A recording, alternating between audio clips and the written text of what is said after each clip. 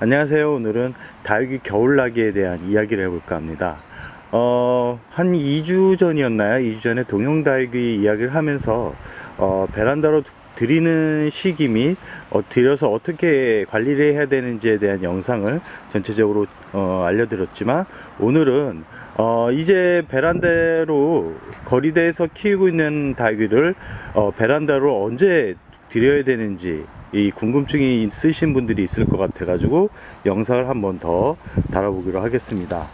지금 강릉 날씨가 아주 춥습니다. 지금 날씨를 확인해 보니까 새벽에는 6도에서 7도 사이가 되고 있는데, 이후 날씨를 보니까 대체적으로 최하 온도가 한 6도 정도 되는 것 같습니다. 6도 정도만 돼도 다육이가 크게 문제가 되지 않습니다.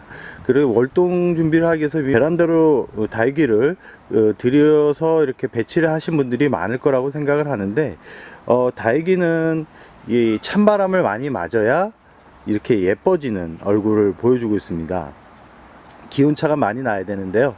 그래서 이 키핑동보다는 다육이 노수 거리대를 이용해서 키우는 게 다육이를 더 예쁘게 키울 수 있는 방법이라고 예전에도 많이 말씀을 드렸던 것 같습니다. 이제는 다육이한테 물을 주는 시기가 이제 어느 정도 지나가고 있는데요. 아직까지 이제 물을 줘도 그렇게 뭐 큰 문제는 생기지는 않겠지만, 다육이 뿌리가 서서히 멈춰가고 있는 시기이기 때문에 과도한 물보다는 이제 서서히 물 양을 줄이면서 관리하는 방법이 좋습니다. 현재 이제 가장 궁금한 게 거리대에서 키우고 있는 다육이를 이제 베란다로 언제 들여야 되는지가 가장 궁금하실 텐데요. 지금 키핑동 같은 경우도 이렇게 이 옆면을 다 열어놓은 상태입니다. 여기 이쪽 강릉 이쪽 지금 환경이 되게 찬바람이 많이 부는, 바람이 많이 부는 이 공간이거든요. 환경이거든요. 이런 환경에서도 그렇게 큰 문제가 되지 않은 상태로 이렇게 키우고 있으니까, 거리대를 이용하시는 분들은 한 11월 한 15일 전후로 해서 한 다음 주까지는 아무 문제가 없이 이제 키울 수 있을 거라고 생각을 합니다. 너무 걱정을 하셔가지고 이 베란다 안으로 빨리 들이시면 이 아이들이 제대로 물들기보다는 이렇게 또 갑작스러운 물주기 때문에 콩나물처럼 이렇게 쑥쑥 자라거나 고왔던 색이 초록빛 색으로 이렇게 변신을 한다 그래야 되나요? 변신을 해서 큰 실망감을 줄 수 있기 때문에 다육이를 베란다로 들일 때는 꼭 어느 정도 말린 상태에서 베란다 안으로 들이는 것을 추천드립니다. 물을 주고 바로 베란다로 들이면 아까도 말씀드렸듯이 초록빛 얼굴을 감상을 할 수 있습니다.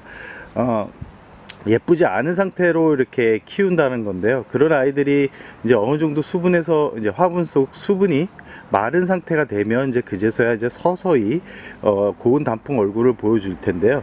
그건 한 1월 정도는 돼야 현실적으로 가능할 거라고 생각하기 때문에 거리대에서 키우신 분들은 꼭 물을 주고 나서 바로 베란다로 들이기보다는 어느 정도 화분에서 이렇게 마른 상태로 이렇게 들이는 게 다육이를 예쁘게 키울 수 있는 방법이고요.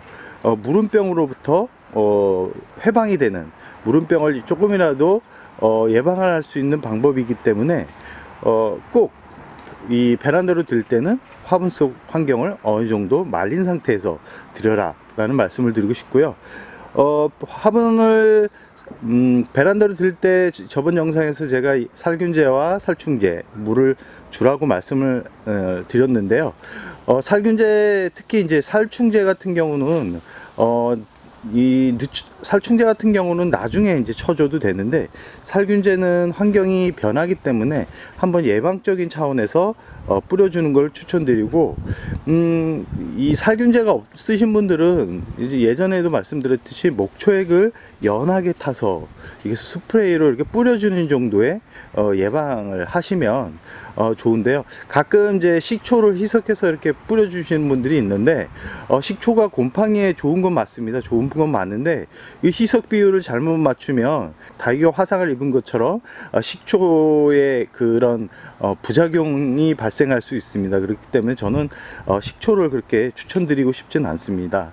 그냥 안전하게 목초액을 연하게 희석을 해서 주는 게 다육이를 건강하게 키울 수 있는 방법이고, 혹시 이제 곰팡이병이 생긴다 그러면 시중에 이제 많은 약재들이 있기 때문에 너무 부담을 가지실 필요가 없습니다. 뭐 시중에 판매하는 뭐 팡주거나 뭐 이런 다이세넴 뭐 이런 거를 주면 되는데, 다이세넴 같은 경우는 예방적인 약재인데 이게 얼룩이 심하기 때문에 베란다에서 이렇게 치기는 조금 약간 부담감이 있을 수 있습니다. 그렇기 때문에 친환경이 곰팡이 약재를 구입해서 이렇게 쳐주는 것을 추천드립니다. 요즘은 뭐 화원 같은 데 가면 그런 뭐 균킬이라는 이런 이제 종합 살균제가 있는데, 그런 거를 약간 묽게 해서 쳐주는 것도 한 방법이라고 생각을 합니다. 그리고 지금 분갈이를 아직까지 하고 계시는 분들이 있다면, 분갈이를 한 아이들 같은 경우는 바깥에 놔두기보다는 오히려 베란다 안에서 놔두는 게 뿌리를 빠르게 내릴 수 있는 방법이기 때문에 이 부분을 참고하시기 바랍니다. 그리고 이 저녁 온도가 한 3도, 영상 3도 정도가 유지가 된다 그러면 신문지나 아니면 무릎 담요를 이용해서 이렇게 덮어주는 것을 추천드립니다. 뭐 영하에 내려가서 덮어주면 되는데, 영하 안전하게 뭐 영하 2도에서 무릎 담요나 신문지 같은 경우는 그렇게 무게를 많이 하지 않기 때문에 다육이 손톱을 지키는데 큰 도움이 되는 재료입니다. 끝으로 이 다육이 겨울나기의 가장 중요한 물주기는 이제는 3주 간격으로 물을 주시되, 이 많은 양의 물보다는 바로바로 한 일주일 정도면 충분히 마를 수 있는 양의 물을 주는 것을 추천드립니다. 그럼 오늘의 영상 여기서 마무리할까 합니다.